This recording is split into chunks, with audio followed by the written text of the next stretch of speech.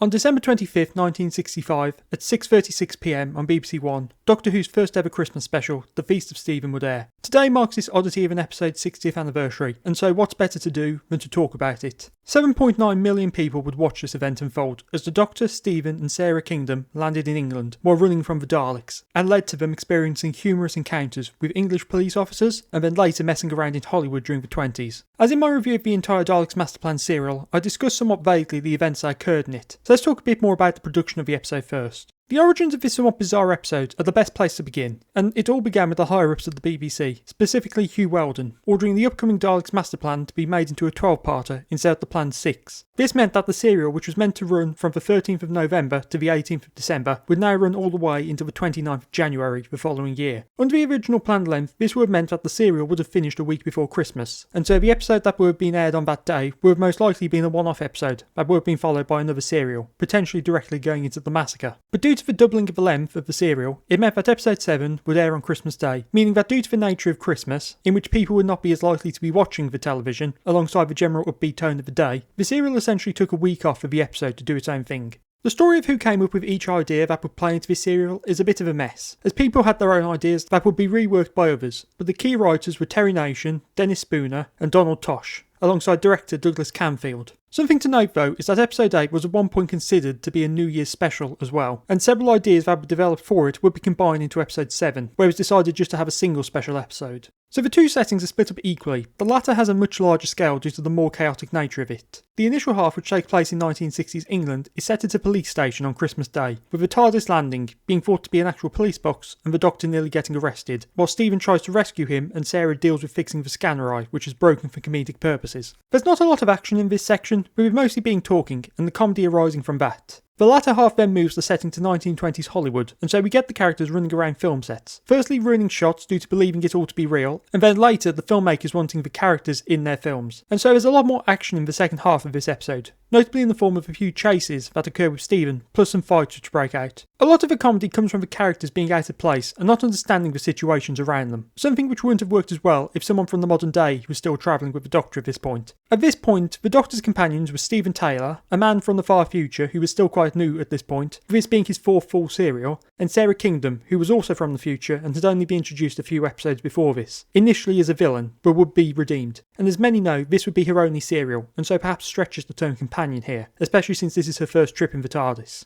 As for the supporting cast, they don't get much focus due to them only appearing in half an episode each, and there also being quite a lot of them. The first guest cast consists entirely of police officers, with there being standard uniform officers and higher ranked detectives. Originally these were meant to be the characters from another BBC series, that being Z-Cars, but this was vetoed by that show's producer, partly due to it ending only a few days before this episode would be broadcast, and the tone being out of place. All the characterisation, regional accents and the dialogue, bar anything that referenced characters by name, was left the same. This leads to a setting where there's essentially Z-Cars in all but name. The only character in the guest cast that isn't a police officer is the man in a Macintosh, who is a citizen that is reporting a crime, this to do with people moving his greenhouse. The guest cast of the second half are a lot more varied, with many of them being actors and others being film directors. This section was originally meant to play around with the concept of time travel a bit, with footage of the Keystone Cops being used and adding the Doctor and Stephen into it through close-ups, but this didn't occur, and so instead we get some running around in corridors. We do also have the appearances of Charlie Chaplin, although there's no actor credited for him, and later a clown who's revealed to be Bing Crosby. The directors of the film are the main focus, with one of them wanting to find the trio and put them in his films, while the other is struggling to get his film made due to firstly actor problems and then the constant interruptions from the trio and the director, not to mention him waiting for a specialist to arrive, who I will talk about a bit more in a bit.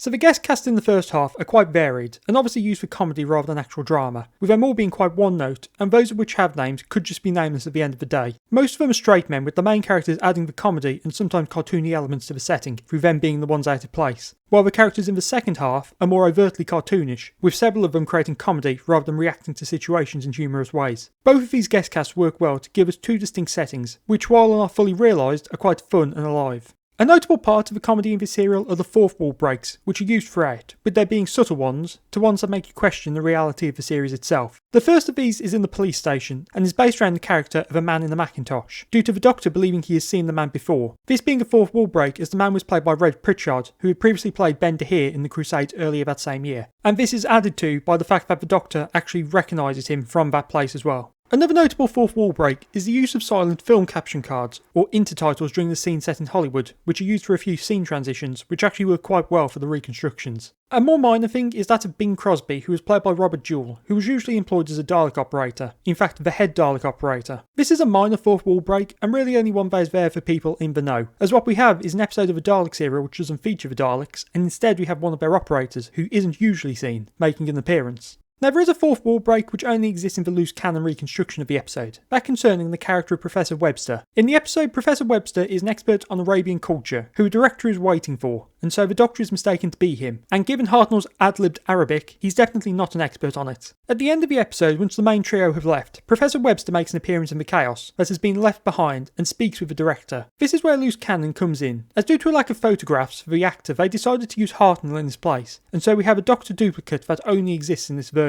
This actor is credited as Albert Barrington, and as mentioned, there were a lack of photographs for him, with him not seeming to have been in any other production. Voice-wise and production-wise, it seems likely it wasn't actually Hartnell in this role. But was this a real person, or a pseudonym to hide another actor or member of the crew? Or is he just an actor lost to time? We may never know. But the big and memorable fourth wall breaking moment is the final scenes of the serial, in which the Doctor directly addresses the audience. Incidentally, a happy Christmas to all of you at home.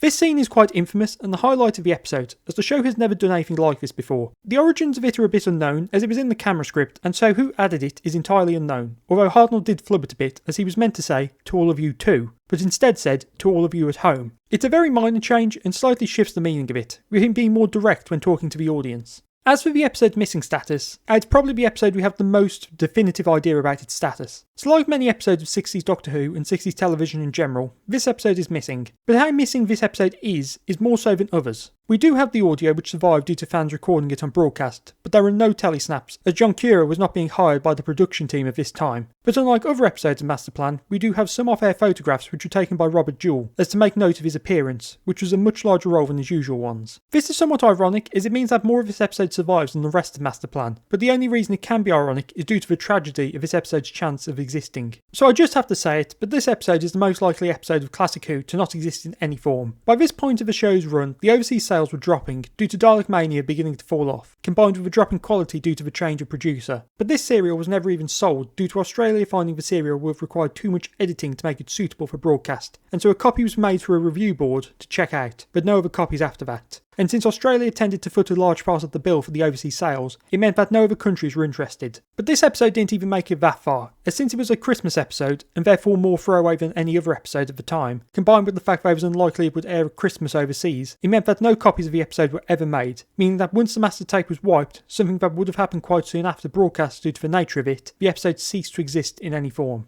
So is there any hope for this episode to return? And I have to say no, there is not. Outside of any photographs showing up, or potential clips which were filmed by fans during broadcast, this episode is entirely gone. Something which was basically cemented when the search for episodes began decades ago, due to a copy of every episode of the black and white era bar this episode having been stored at BBC Enterprises only a short while before that quest began. Given that this episode has several jokes which are visual based, plus the members of the cast which are unknown, then this episode is one of those ones which is hurt the most by not existing. There's a rumour which has gone round for years about Hartnell having his own copy, but that seems very unlikely to have actually been true. And given how long ago he passed away, it's quite likely that if he did have his own copy, it would be gone forever now. At the end of the day, this episode is just filler, with it having no impact for the overall serial, other than explaining away a cliffhanger, and not introducing one of its own, which gives the serial a nice split down the near enough middle. I admit it would have been quite funny though, if at the end of the episode the cliffhanger was repeated, with the TARDIS landing in the exact same situation, which would have made this episode's existence even more throwaway. Something of note though is what would have been if Masterplan was only 6 episodes as originally planned. I already mentioned that this would most likely have led to a single episode special rather than being a new serial, but there is the potential for a serial to have opened with a pointless Christmas special that then led into another plot, as however unlikely that is. But perhaps more notably, due to the unstable nature of the cast at the time, we would have had a story with only the Doctor and Stephen, and so there was the potential for several, or at the very least 2 stories in a row, with an all-male cast. Something which is somewhat weird than just the massacre, let alone if it had been something which occurred in more than just one story. So that's The Feast of Stephen, a quite wild episode of the show, which even when Christmas specials became a yearly thing in the revival, has never been matched. Which I think is to do with the fact that it was just another episode to the production team that happened to be airing during Christmas.